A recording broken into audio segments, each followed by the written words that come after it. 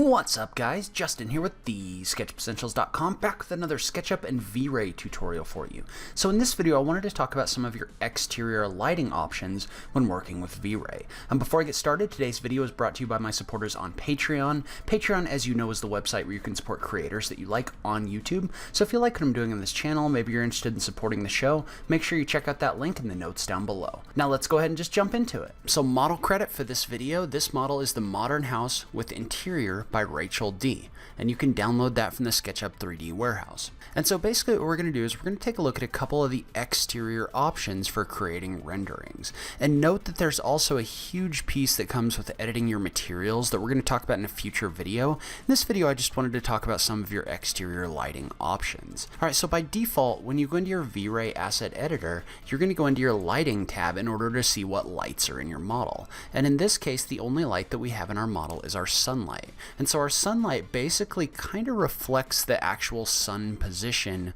within SketchUp.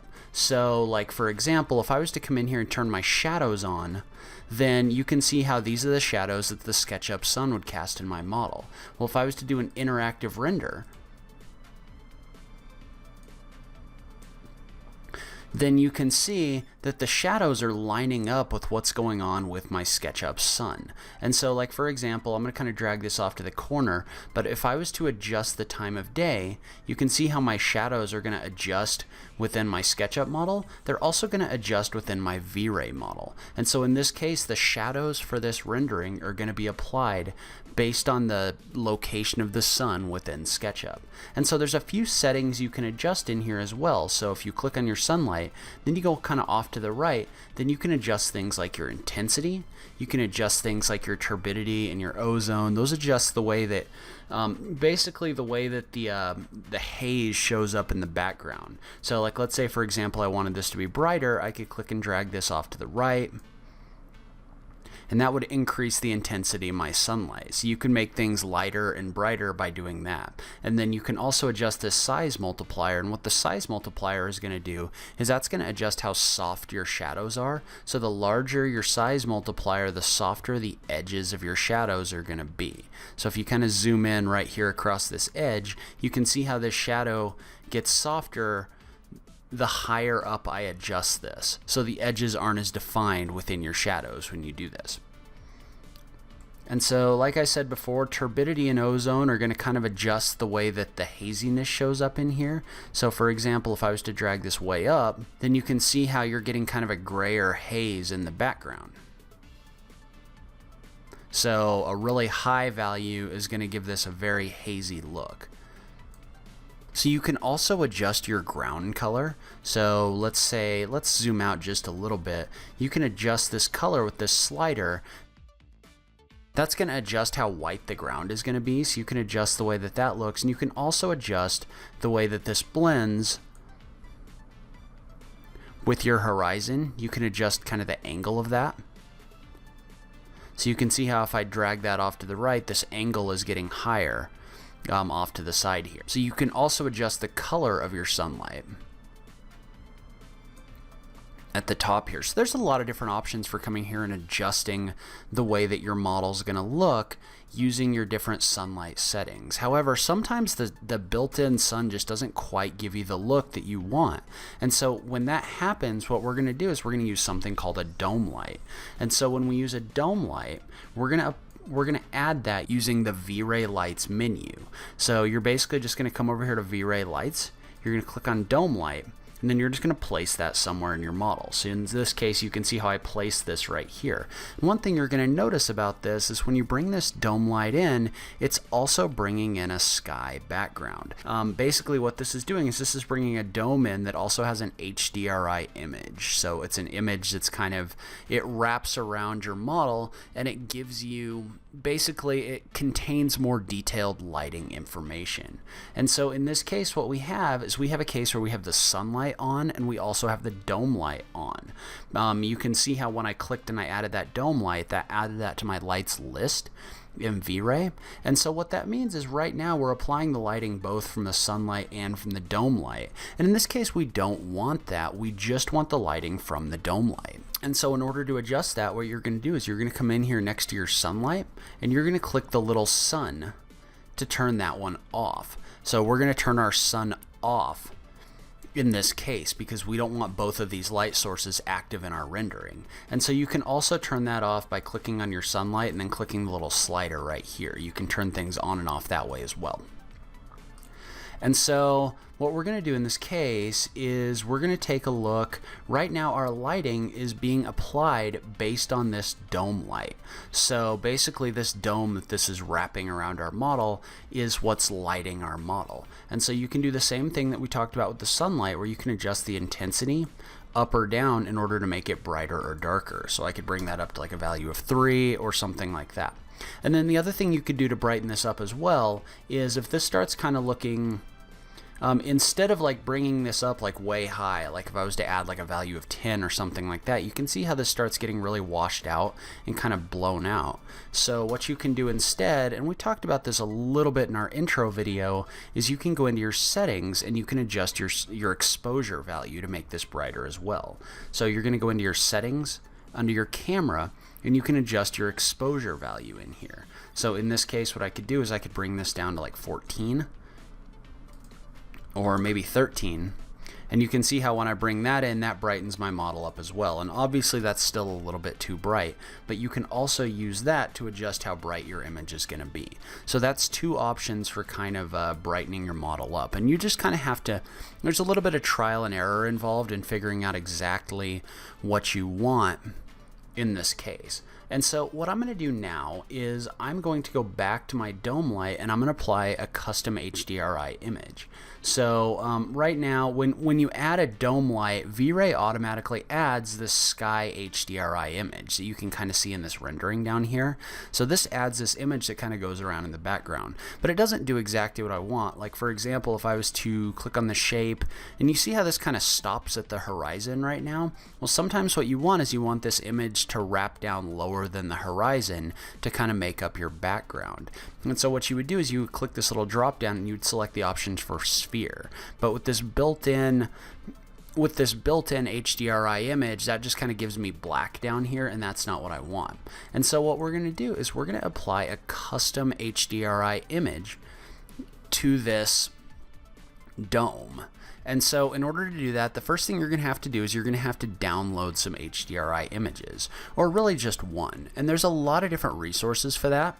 So I'm going to list these. In my notes down below, but HDRI Haven has some of these, HDRI Hub. You can also just come in here and just do a Google search for free HDRI. So HDRmaps.com, HDRI-skies. There's a ton of different websites for this. I like HDRI Haven because he puts up some really cool stuff, and he's also just kind of running this based on his Patreon. So he's putting all this stuff out here for free, and then he has supporters that support him. But you can download any of these, and what these are going to do is these are going to download some HDRI files that we're going to then apply to our model. So in this case, in order to do that, you're going to come in here in your light dome settings and you're going to click on this little button.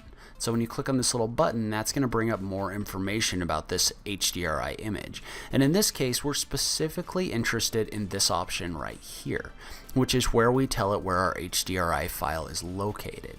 So if I click on this little folder, and we navigate to our folder where we're storing our HDR files, you can bring those in as an image. And you can see how these are kind of larger files. A lot of these have a lot of lighting information inside of them. But I highly recommend creating a folder where you start saving your favorite HDRI files so you can access them quickly in the future. But in this case, I'm just going to bring in this HDRI file. And as you watch in here, what this is going to do is this is going to update with my new HDRI background. And so you can see how that got brought in, but my lighting is now not as good as it was, and that just means we have to adjust the intensity. So for what I've found is for the default HDRI file within Vray, you really only need to get your brightness up around 3, in the ballpark of 3, but then when you bring in new images like this one, you have to brighten them up a lot more. So let's start by dragging this up to something like, let's start by dragging it up to 20. So even 20 is not super bright. So maybe what I'll do is I'll just run that up to 30. And again, rendering is interesting in the sense that there's a lot more trial and error involved. So maybe I'll even bring that up to like 35. So we'll start there for right now. And so you can see how what this did is this is lighting my image, and it also brought in that background file. But one of the problems that we have here is this file kind of stops at the horizon, which is what I talked about before. Well, in this case, what we want to do is we want to change the shape of this from hemisphere to sphere. And so when you change this from hemisphere to sphere, you can see what this does is this continues this down, so it's almost wrapping your image in a complete sphere background. And so you can see how now this blends in pretty well, and you can see that you're getting reflections off of the glass using this HDRI file. So this really treats this like an actual background within Vray.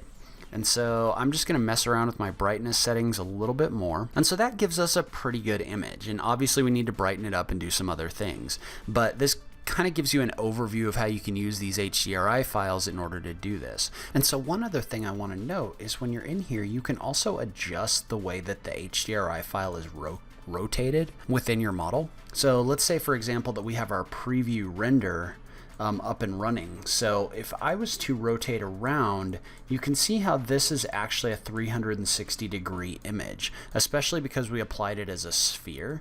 And so what that means is I can actually rotate this image based on, or I can rotate this HDRI file around to show different parts of this image in the background. And so in order to do that, you're going to have to change a setting. And so the setting you're going to have to change is in your Vray asset editor under your dome light. And what you're going to want to do, and you'll notice that I've brightened this up. I ended up at about 100 actually, as opposed to where I was before. And like I said, each HDRI file is going to be different. But what you're going to do is you're going to use this option. You're going to click this button for Use Transform. And so when you click the button for Use Transform, what that's going to do is that's going to allow you to adjust. That's going to allow you to adjust the rotation of your HDRI file. And that's only going to work if you have this option selected for Use Transform. And so what that's going to do is if I was to come in here now and apply the rotate tool to this, you can see how I can actually rotate the placeholder in here for my dome light. And what that's going to do is that's going to adjust the background of your HDRI file. So it's actually rotating this around, and you'll notice that the brightness actually changed based on this. But you can use this to adjust the background, and in some cases this will adjust your shadows as well. So, and you can see how that did that here as well. So generally speaking, the direction of the arrow is showing you what direction your sun is shining. So you can see how when I rotated that in this direction, the shadows got bigger in this direction. So if I was to rotate this back the other way, then it's going to shine the sun this way. And so you can see how your shadows are cast differently based on what direction this arrow is pointing. So you can use this to rotate your HDRI file around and adjust the way that different things look. And so I know there's some texturing work that needs to go on with this building, but from a lighting perspective, this gives you an idea of some of the lighting options that you have within Vray. We'll talk about textures in a future video. So that's where I'm going to end today's video. Leave a comment below and let me know what you thought. Was this helpful to you? Was there anything that I missed? I just love having that SketchUp conversation with you guys. I really appreciate some of the feedback I've been getting about Vray. So make sure you leave those comments in the notes down below. If you like this video, please remember to click that like button down below. If you're new around here, remember to click that subscribe button for new SketchUp content every week. If you like what I'm doing on this channel, please consider supporting me on Patreon. Every little bit helps, even if it's only $1 a month, so make sure you check out that link in the notes down below. But in any case, thank you so much for taking the time to watch this. I really appreciate it, and I will catch you in the next video. Thanks, guys.